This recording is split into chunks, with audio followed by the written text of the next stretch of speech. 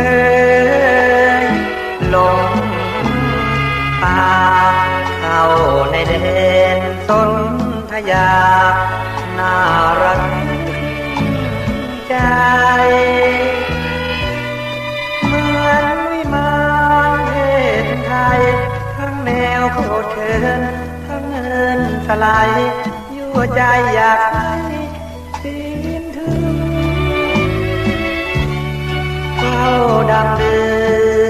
นลืมเวลาเที่ยวโซกสายตายไปมาทั่วแนวพนาห้วยหนองคลองบึงดูปทุมเป็นภูมิเต่งตูมหน้าดึงเป็นสลางกลางบึงชูช่อสวาย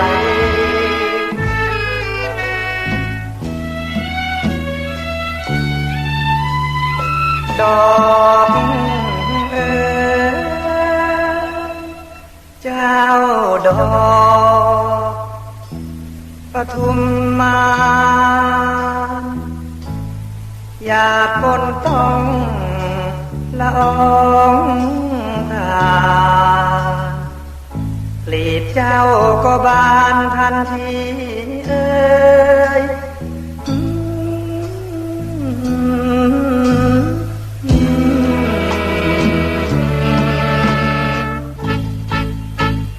หอม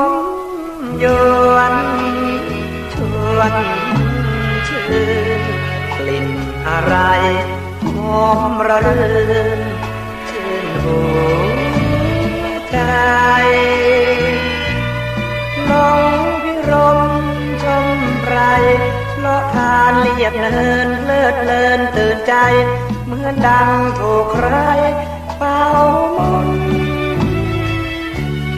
แหวกว่ายเล่นใน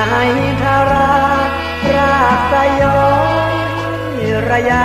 แกว่งไกวไปมาอยู่เหนือสายชนลันพยมฟ้าลมก็ดังถึงอนฝนก็ตกในบัดดล